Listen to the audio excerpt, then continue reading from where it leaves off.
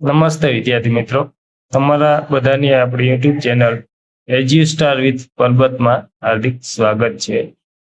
આજે આપણે ભણીશું ધોરણ 3 વિષય કલસોર ગુજરાતી, એનો પાઠ બીજો છે. એમાં આપણે પાઠમાં પોટલા ટપકે ટપ બીજો પાઠ, એમાં ગીતડું ગાયું હતું આપણે, પેલા પંખીને જોઈ મને થાય અને વાર્તા બંને આપણે આગલા વિડીયોમાં જોઈ ગયા છીએ. હજી સુધી તમે એ વિડીયો ન જોયો તો આપણી ચેનલ ઉપર જઈ અને તમે એ વિડીયો જોઈ શકો છો. અને આપણી ચેનલ ઉપર તમે નવા આવ્યા હો તો ચેનલને સબસ્ક્રાઇબ કરજો. બેલ આઇકન સાથે રહેલું બેલ આઇકન જરૂર દબાવી દેજો, જેથી તમને નવા વિડીયોના નોટિફિકેશન મળતા રહે. વિડીયો સારો લાગે તો વિડીયોને એક લાઈક, કોમેન્ટ અને તમારા બીજા મિત્ર સુધી શેર જરૂરથી કરી દેજો. હવે આજે આપણે જોઈશું પ્રવૃત્તિઓ. આ પાઠમાં આવતી કેટલીક પ્રવૃત્તિઓ ને સ્વાધ્યાય અને પ્રશ્નનું સોલ્યુશન મેળવીશું. તો વિડીયોમાં છેક સુધી તમે બધા બન્યા રહેજો. પહેલું છે વાતચીત, અને વાતચીતમાં આપણો પહેલો પ્રશ્ન છે, વાદળાએ એવું શું કર્યું જે તમને સૌથી વધુ ગમ્યું? તમારે જણાવવાનું છે. તમને જે પણ વાદળા એ કર્યું એમાંથી તમને જે પ્રવૃત્તિ વાદળાની ગમી હોય એ તમારે લખવાની છે આ પ્રશ્નમાં. પ્રશ્ન બીજો છે, વાર્તામાં જે વાક્ય તમને સૌથી વધુ ગમ્યું હોય તેની નીચે લીટી કરો. એમાં તમારે જે વાક્ય ગમ્યું હોય સૌથી વધુ એમાં લીટી કરવાની છે. પ્રશ્ન ત્રીજો છે, તમને વાદળાનું કયા રંગનું કપડું સૌથી વધુ ગમ્યું? રાતા, પીળા, ગુલાબી હતા કપડા, એમાં તમને જે પણ રંગનું કપડું ગમ્યું હોય એ તમારે લખવાનું છે. ચોથો પ્રશ્ન છે, તમે વાદળું હોવ તો તમે શું શું કરો? જે પણ તમે વાદળું હોવ એવું તમારે વિચારવાનું છે અને તમે શું કાર્ય કરો, કઈ રીતનું વર્તન કરો એ તમારે લખવાનું છે. પ્રશ્ન પાંચમો છે, સૂર્ય ઉગે ત્યારે આકાશમાં અને ધરતી પર શું શું થાય છે? જ્યારે સૂર્યોદય થાય, સૂર્ય આપણે એને ઉગે એવું કહીએ, ત્યારે તમે આકાશમાં ઉગે ત્યારે ધરતી પર આપણે શું શું કરીએ છીએ એ લખવાનું છે. પ્રશ્ન છઠ્ઠો છે, વાદળું ક્યાં વરસે તો તમને સૌથી વધુ ગમે? તમને જે પણ જગ્યાએ વાદળું વરસે અને ગમતું હોય એ તમારે લખવાનું છે. પ્રશ્ન 7 છે, તમે વાદળાને ગડગડાટ સાંભળ્યો ત્યારે તમને આકાશમાં શું થયું હોય એવું લાગે છે એ તમારે જણાવવાનું છે. પ્રશ્ન 8 છે, પવન ખૂબ જોરથી ફૂંકાય ત્યારે શું શું ઉડે? તો છાપરા, ઘરના નળિયા, ઘાસપૂસ, ધૂળ, આવી બધી વસ્તુ ઉડતી હોય છે. એ બધું તમારે આ પ્રશ્નમાં લખવાનું છે. તમારા વિચારો આ પ્રશ્નોની અંદર રજૂ કરવાના છે. એટલે આ પ્રશ્નો તમારે તમારી નોંધપોથીમાં જરૂરથી જવાબ સાથે લખજો. હવે આગળની પ્રવૃત્તિ આપણે જોઈએ તો, સાચું હોય તેની સામે ખરું અને ખોટું હોય તેની સામે ચોકડી કરો. આ રીતની તમારે રાઈટ અને ચોકડી બંને નિશાનીઓ કરવાની છે. પહેલા આપણે વાક્ય જોઈએ. પહેલું વાક્ય છે, કેટલાક વાદળાને ધરતી પર ફરવા જવાનું મન થયું. તો આ વાક્ય ખોટું છે. વાદળાને ધરતી પર નહીં પણ આકાશમાં ફરવા જવાનું મન થયું કેટલાક. બીજું વાક્ય છે, વાદળા રંગબેરંગી કપડાં પહેરીને ફરવા નીકળ્યા. તો સાચું વાક્ય થશે. ત્રીજું વાક્ય છે, વાદળા એક પહાડની પાછળ જઈને બેઠા. આ પણ વાક્ય ખોટું થશે. વાદળા પહાડની પાછળ નહીં પરંતુ એક મોટા વાદળની, પહાડ જેવા મોટા વાદળની પાછળ હતા. ચોથું વાક્ય છે, મોટા વાદળે નાના વાદળને પોતાની ઓથે લઈ લીધા. એ સાચું છે. પાંચમું વાક્ય, વાદળા બડબડાટ હસવા લાગ્યા. એ પણ ખોટું છે. બડબડાટ નહીં પણ ખડખડાટ. આ રીતનું આપણે અને ખોટું કરશું. હવે આગળ જોઈએ આપણે. આગળની પ્રવૃત્તિમાં એક જ શબ્દમાં ઉત્તર લખો. તમારે માત્ર એક શબ્દમાં ઉત્તર આપવાનો છે. પેલું છે, વાદળા ભેગા થઈને કોની પાછળ જઈને બેઠા? તો એક મોટા વાદળાની પાછળ. બીજું પ્રશ્ન છે, વાદળા કોની ગાડીમાં બેસીને દોડવા લાગ્યા? તો વાદળા પવનની ગાડીમાં બેસીને દોડવા લાગ્યા. ત્રીજો પ્રશ્ન છે, વાદળાએ દીવો સળગાવ્યો ત્યારે નીચેથી લોકો શું થયું એમ કહેવા લાગ્યા? તો સૂર્યોદય થયો એવું કહેવા લાગ્યા. ચોથો પ્રશ્ન છે, ધરતી પરના લોકો વીજળી જે મૂકે છે એમ કહ્યું ત્યારે વાદળા શું કરતા હતા? તો આંખો ચમકાવતા હતા. પ્રશ્ન 5મો, પવને પોતાનું કામ શરૂ કર્યું તેથી ધરતી પર શું આવ્યું? તો વાવાઝોડું આવ્યું. આ જ રીતના આપણે પ્રશ્નોના જવાબ લખવાના છે, માત્ર એક શબ્દમાં. આગળની પ્રવૃત્તિ આપણે જોઈએ, નીચેનામાંથી સાચા અર્થવાળા વાક્ય સામે ની નિશાની કરો. હવે આ જે વાક્ય આપ્યા છે એને મળતો આવતો હોય એવા અર્થવાળા વાક્ય એની સામે આપણે રાઈટ કરવાનું છે. પેલું છે ગુલાબી ઠંડી હતી, તો એમાં ગુલાબી રંગની ચાદર ઓઢીને ઠંડી આવી હતી, એ પણ ખોટ નહીં. અને ખૂબ વધારે ઠંડી હતી, એ પણ નહીં. પણ આપણું સાચું બંધબેસતું સાચું વાક્ય થશે, મજા પડે એવી ઠંડી હતી. બીજું વાક્ય છે સૂર્યોદય થયો, તો સૂર્યને લોકોની દયા આવતી હશે એવું એ પણ નહીં આવે. અને સૂર્ય અને ઉદયનો ઝઘડો થયો હશે એ પણ નહીં આવે. પણ સાચું વાક્ય આવશે સૂર્ય ઉગ્યો હશે. ત્રીજું છે વાદળા પવનની ગાડીમાં બેસી દોડવા લાગ્યા, તો તેમાં પવનના ધક્કાથી વાદળા ઝડપથી ખસતા હતા. એમાં આપણે સાચું કરશું, આ આપણું વાક્ય સાચું થશે. હવે આગળની પ્રવૃત્તિ જોઈએ. વાક્યોને વાર્તા પ્રમાણે ગોઠવવા ક્રમ આપો. ક્રમ આપવાનો છે. આપણે વાક્ય આપ્યા, વરસાદ વરસવા માંડ્યો, બધા વાદળોએ કપડા પહેર્યા, વાદળા ખૂબ મોટા કાળા વાદળની પાછળ ભેગા થઈ ગયા, વાદળાની આંખો ચમકવા લાગી, કુકડો કુકડે કૂક કરતો હતો, વાદળા આકાશમાં દોડવા લાગ્યા અને સવાર થઈ. આપણા વાક્ય છે એને ક્રમ આપવાનો છે. તો ક્રમમાં આપણું પહેલું વાક્ય આવશે કુકડો કુકડે કૂક કરતો હતો. બીજું આવશે બધા વાદળાએ કપડા પહેર્યા. ત્રીજું વાક્ય આવશે સવાર થઈ.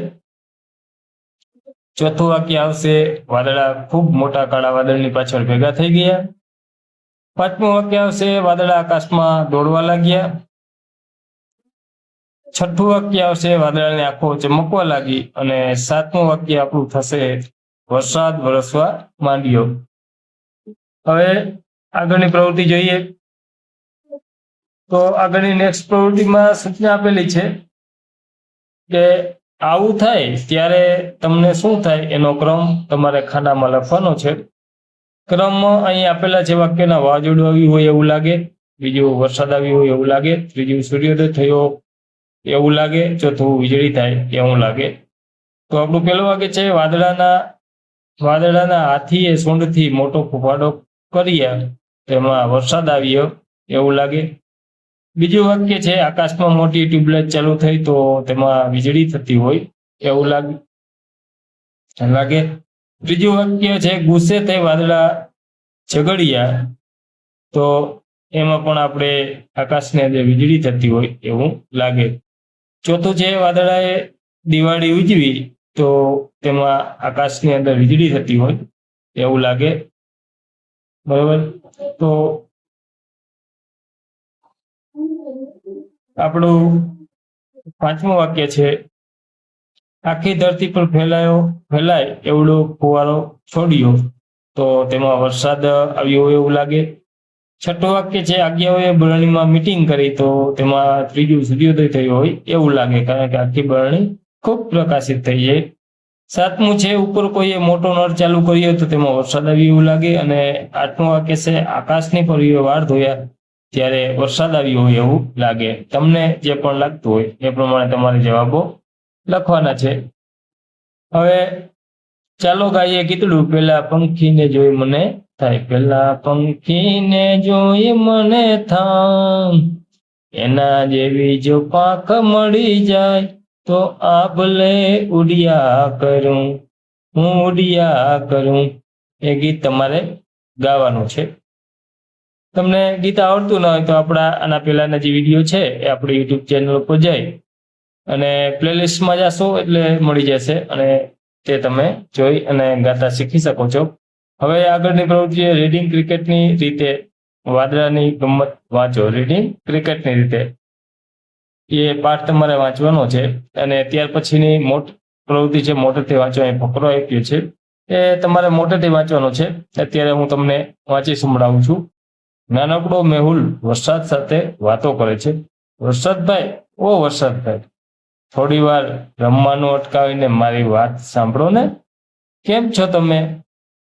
આ બધા કહે છે કે વરસાદ પડે છે તે તમને વાગતું નથી? હું પડું તો ખૂબ વાગે. તમે જમીન પર પડો છો ત્યારે સરસ અવાજ આવે છે. તમે તો જાત જાતના અવાજ કાઢી શકો છો. નળિયા પર પડો ત્યારે જુદો અવાજ, પતરા પર પડો ત્યારે ખનખન જેવો, જાણે ઝાંઝરનો અવાજ, અને પાણીમાં પડો ત્યારે તો ટપ ટપ. તમને બારીના સળિયા પર ને ઝાડના પાંદડા પર ઝૂલતા મેં જોયા છે. સુરજ દાદાનું અંજવાળું તમારા પર પડે ત્યારે તો તમે મસ્ત સ્મિત કરો છો. અચ્છા, પણ એ તો કહો, તમે ક્યાંથી આવો છો? તમે મને ત્યાં લઈ જશો? આ રીતનો ફકરો આપણે આખો વાંચવાનો છે.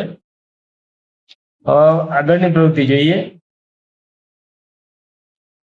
આ પ્રવૃત્તિની અંદર આપણે આપેલું છે, આ ફકરામાંથી તમને ગમતા 2 વાક્યનું અનુલેખન કરો. અનુલેખન એટલે ફકરામાં જે વાક્ય છે તમને ગમતા એ વાક્ય જોઈ અને તમારે આની અંદર લખવાના છે. તમને જે પણ વાક્ય પસંદ આવે એ તમે જરૂરથી લખજો. હવે નેક્સ્ટ પ્રવૃત્તિ જોઈએ. જે વાક્ય હોય તેની પાછળ પૂર્ણવિરામ મૂકો અને ખાનામાં છે લખો. વાક્ય ન હોય તેની પાછળ ખાનામાં નથી લખો. જો વાક્ય પૂરું હોય, બંધ બેસતું હોય, તો એમાં છે લખી અને વાક્યને અંતે પૂર્ણવિરામ મૂકવાનું છે.